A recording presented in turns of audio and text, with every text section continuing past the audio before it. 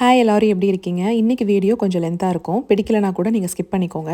ஒரு recipe video தான் plan பண்ணியிருந்தேன். ஆனால் மதியம் என் ஃப்ரெண்டு அவங்க கால் பண்ணியிருந்தாங்க. அதுவும் இந்தியாவில் மிட் நைட் டைம் அது. ஏதோ ஃபேமிலி சைடில் அவங்களுக்குன்னு ஒரு ஃபங்க்ஷன் அங்கே போயிருக்காங்க. அங்கே ஒரு ப்ராப்ளம் வந்திருக்கு.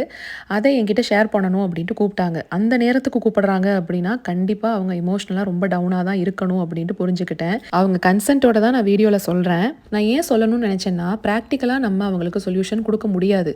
ஆனால் வீடியோவில் நான் சொல்கிறது மூலமாகவோ கமெண்ட்ஸில் ஒரு வேளை உங்கள் எக்ஸ்பீரியன்ஸை நீங்கள் சொன்னீங்க அப்படின்னா இத்தனை பேர் இதெல்லாம் ஃபேஸ் பண்ணிக்கிட்டு இருக்காங்க அப்படிங்கிறப்போ நம்ம பிரச்சனை ஏதோ ஒரு வகையில் சின்னது தானோ அப்படின்னு அவங்க மனசுக்கு ஒரு ஆறுதல் கிடைக்கும் இல்லையா? அதனால தான் நான் சொல்கிறேன். என்னென்னா நம்ம அம்மா அப்பா ஜென்ரேஷன்லலாம் இந்த ப்ராப்பர்ட்டி விஷயத்துக்கோ சொத்து பத்து இந்த செய்முறை இதிலெல்லாம் க்ளோஸ் ரிலேட்டிவ்ஸ்குள்ளேயே சண்டை வந்திருக்கும். அதில் சண்டை வந்து நல்லா பேசிக்கிட்டு இருக்க நெருங்கின சொந்தமாகவே இருந்தாலும் அவங்கக்கிட்ட பேசாமையே விட்டுருப்பாங்க. பேச்சுவார்த்தையே இருக்காது. நம்ம ஓரளவுக்கு பெருசாகி வந்ததுக்கப்புறமா இதெல்லாம் தெரிஞ்சுக்கிட்டு அவங்கள கிண்டல் பண்ணியிருப்போம்.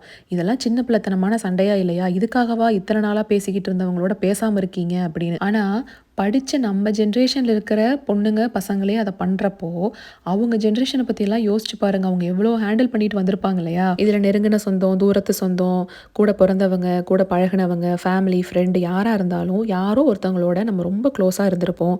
அவங்களுக்காக கிஃப்டெல்லாம் வாங்கி கொடுப்போம். அவங்க பசங்களை நம்ம பசங்களாக பார்த்துக்கணும்னு நினைப்போம். இமோஷ்னலாக ஃபினான்ஷியலாக சப்போர்ட் பண்ணிக்கிட்டே இருந்திருப்போம். ஆனால் அவங்க இன் ரிட்டன் நமக்கோ நம்ம பசங்களுக்கோ எதுவுமே செஞ்சுருக்க மாட்டாங்க.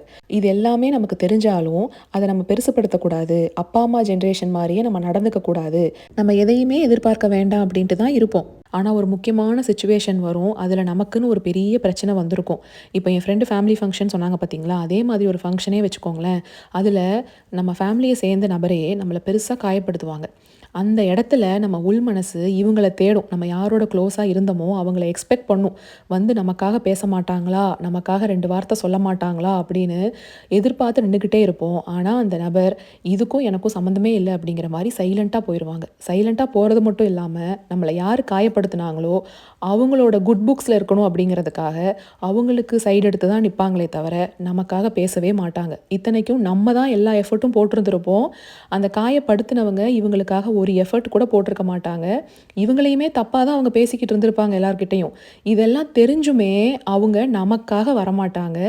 அவங்க கூட தான் போய் நிற்பாங்க. இவங்க அவங்க பாக்கெட்லேருந்து ஒரு பைசா கூட செலவு பண்ணக்கூடாது.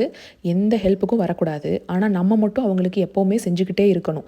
மறந்து போய் என்னைக்காவது விட்டுட்டோம் அப்படின்னா கூட ஏன் செய்யலை அப்படின்னு கோவிச்சுக்குவாங்க உரிமையாக. இதுதான் என்ன லாஜிக்னே தெரியலை.